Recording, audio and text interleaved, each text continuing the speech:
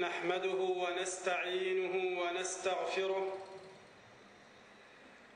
ونعوذ بالله تعالى من شرور أنفسنا ومن سيئات أعمالنا. إنه من يهده الله فلا مضل له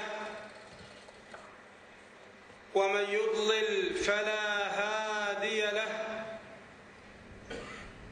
وأشهد أن لا إله إلا الله وحده لا شريك له،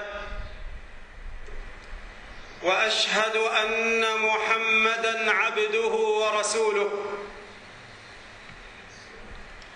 أما بعد، فإن أصدق الحديث كتاب الله تعالى،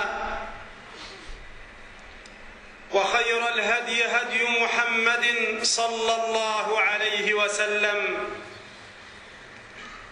وشر الأمور محدثاتها، وكل محدثة بدعة، وكل بدعة ضلالة، وكل ضلالة في النار. أما بعد، أيها المسلمون الفضلاء، تكريم الإسلام للمرأة.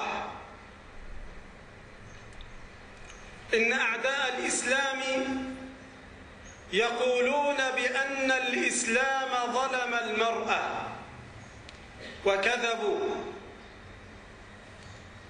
ولو أنصفوا لقالوا بأن الإسلام رفع من شأن المرأة، ولو حققوا القول لقالوا بأن الإسلام كرم المرأة. ولو استقرأوا التاريخ لعلموا أن الإسلام أنقذ المرأة من الحضارات الأخرى. وتعالوا معنا لنسأل التاريخ، وهو خير شاهد على هذه الحضارات التي ما زال أصحابها يتفاخرون بها. ماذا فعلت في المرأة؟ المرأة عند الإغريق، كانت المرأة عند الإغريق مهملة محتقرة، بل كانوا يسمونها رجسا من عمل الشيطان. وهذا الفيلسوف الإغريقي الذي يفتخرون به وبكلامه، سقراط، ماذا يقول عن المرأة؟ يقول سقراط: إن المرأة هي مصدر الأزمات والمصائب والانهيار في العالم كله، وإن المرأة شجرة شكلها جميل لكنها شجرة سم، إذا أكلت منها العصافير ماتت في الحال. هكذا يصفون المرأة. فجاء الإسلام فأنقذ المرأة من هذا الظلم وهذا الحيف، فأثبت للمرأة حريتها، وبين أن النساء شقائق الرجال.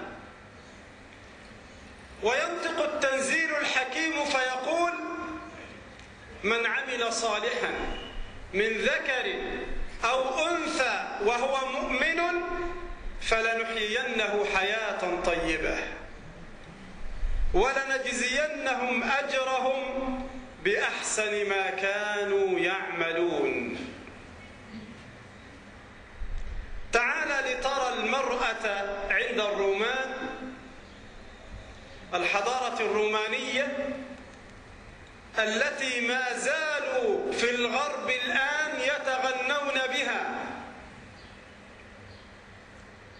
كانت المرأة عند الرومان إذا ولدت من زوجها حملت هذا الولد ووضعته عند قدمه، فإن عطف عليه فرفعه إليه فهذا دليل على أنه قبله أن يكون ولدا له وأن يضم يضمه إلى أسرته، وإن تركه عند قدمه لم يرفعه دل ذلك على أنه قد رفض هذا الولد. ماذا تصنع المسكينة بولدها؟ تحمله إلى ساحة من الساحات العامة أو إلى مكان الهياكل والآلهة فتضعه وسط الناس وهو ما زال وليدا أو وليدة، فتضعه هناك لعل أحدا يحن عليه فيحمله أو يقبله فيضمه إلى أسرته، وإلا فيظل يموت من الجوع والعطش في شدة الحر أو من شدة البرد ويهلك ويلقى. هكذا كانت المرأة يموت ولدها بين يديها والمجتمع لا يرحمها، فجاء الإسلام فأبطل هذا كله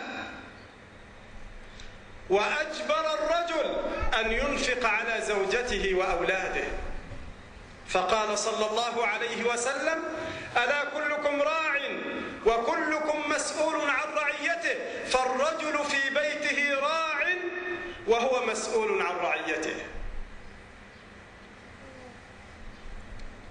المرأة عند الصينيين القدماء كان الرجل من حقه أن يبيع زوجته، وإذا مات الزوج ورث أهل الزوج متاعه وورثوا زوجته كما يرثون متاعه. هكذا كانت المرأة عندهم، فجاء الإسلام فحرر المرأة من هذا الظلم، بل وحرم على الرجل أن يبيع زوجته لأنها حرة ولها حق العيش والحياة، بل أثبت للمرأة ميراثا في زوجها، وميراث المرأة في زوجها لم تسمع به البشرية قبل الإسلام قط. فعند بعض الحضارات كانت لا ترث، وعند بعض الحضارات كانت تورث كمتاع، لكن ما وجدنا نظرية ولا قانونا قبل الإسلام يجعل للمرأة شخصية ويجعلها ترث في زوجها. نعم، عند اليهود كانت المرأة ترث إذا كانت بنتا بشرط ألا يكون لها أخ. لو أن الرجل لم ينجب إلا بنتا ورثت من أبيها، أما لو أنجب الرجل بنين وبنات فالبنات لا حق لهن في الميراث في القانون اليهودي.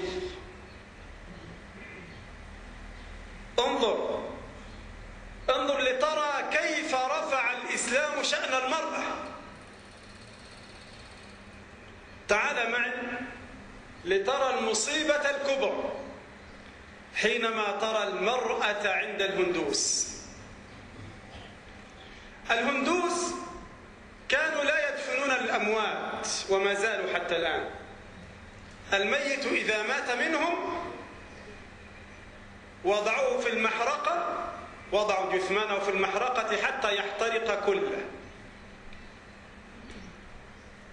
فكانت المرأة عندهم إذا مات زوجها فحملوا جثمانه فألقوه في المحرقة، يستحب لها في شرعهم، يستحب لها أعني في دينهم الباطل، أن تلقي بنفسها حية لتحترق في المحرقة مع زوجها.